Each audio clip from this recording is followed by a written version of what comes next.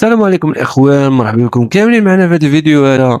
الفيديو ديال اليوم اللي غادي نهضروا فيه على ثلاثة ديال المواضيع. العودة ديال الكابيتانو أشرف حكيمي، واش يقدر يلعب معنا المباراة الأولى في كأس أفريقيا، وكذلك اللاعب عز الدين أناحي والتألق ديالو، والاهتمامات اللي جاوه من عدة أندية، وكذلك تألق والد الركراكي في عدة نقاط. فما تنساوش في الأول واحد لايك سبسكرايب، ويلا نبداو الفيديو. ونبداو اولا الاخوان مع الكابيتانو اشرف حكيمي والعوده ديالو بعد ما تعرض لديك الاصابه اللي كانت خطيره في المباراه ديال الفريق ديالو باريس سان جيرمان امام فريق بايرن ميونخ، بعد داك التدخل العنيف اللي جا من اللاعب لويس دياز. والحمد لله الاخوان اللاعب اشرف حكيمي تمكن من انه يرجع للتدريب الجماعيه بعد واحد المجهودات فرديه اللي كان كيديرها.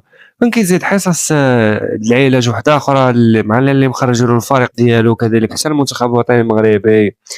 واللاعب أشرف حكيمي كما قلت لكم تمكن أنه يرجع للتدريب الجماعي. كما نخلي لكم الفيديو اللي كتشوفوا حاليا في الصورة الإخوان. الحمد لله اللاعب أشرف حكيمي مادام أنه رجع للتدريب الجماعية فقادر يشارك في المباراة الأولى أمام منتخب جزر القمر، ولكن كنشوف أن المدرب والد الركراكي فراه ما غاديش يشاركوا تقريبا أساسي في المباراة الأولى على أقل تقدير، أو لا حتى كذلك في المباراة الثانية.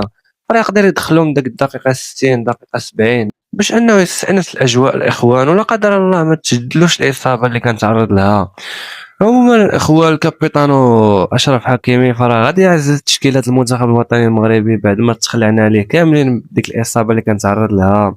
واللاعب اشرف حكيمي المجتهد الاخوان، يعني كنشوف المجهودات اللي كيقدمها كهذا اللاعب الاسطوره كريستيانو رونالدو، حتى هو الاخوان كما كتعرفوا كاملين فراه كيزيد حصص تدريبيه اضافيه اللي كيخدمهم مع الفريق ديالو.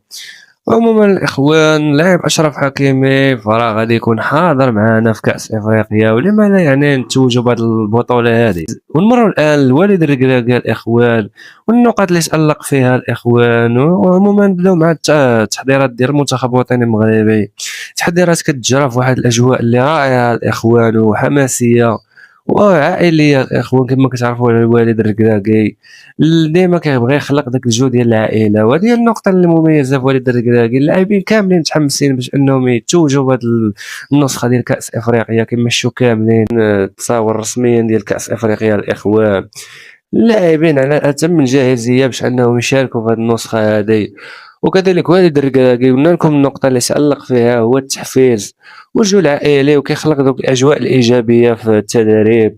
كنتمنوا انه ينتبه لبعض الامور التكتيكيه ويصلحهم. اما بالنسبه للاعب اخر اللي هو اللاعب حمزه إيكامان، فحتى هو رجع للتدريب الجماعيه.